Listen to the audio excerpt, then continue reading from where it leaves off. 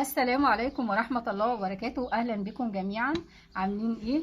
إن شاء الله كلكم بخير. النهاردة هتكلم عن فيديو أنا في حاجة جربتها استفدت منها، فحبيت إن أنا أفيدكم كلكم.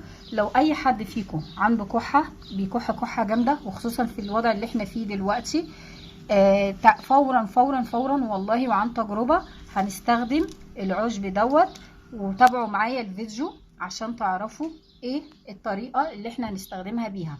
العشب دوت جدتي الله يرحمها كنت انا تعبانة جدا جدا وبكح كحة جامدة جدا جدا، ما بتفصلش معايا. الكلام دوت من كام سنة، تمام.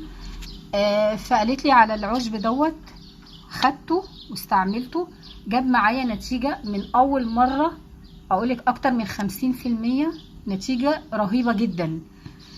طب ايه هو العشب ده ونستخدمه ازاي؟ هقولك دلوقتي حالا ايه العشب ده. العشب ده عبارة عن ورق جوافة.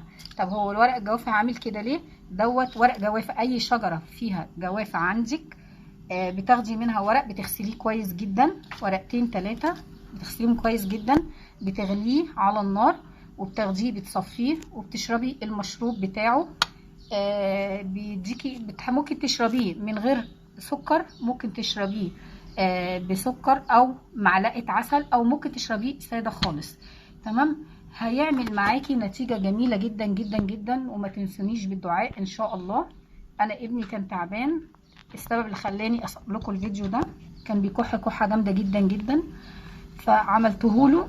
الحمد لله الحمد لله، اقسم بالله من اول مره يعني خلاه يكح، بدل ما كان بيكح كحه مستمره فين لو كحه كده بسيطه كده بسيطه، حاجه بسيطه جدا.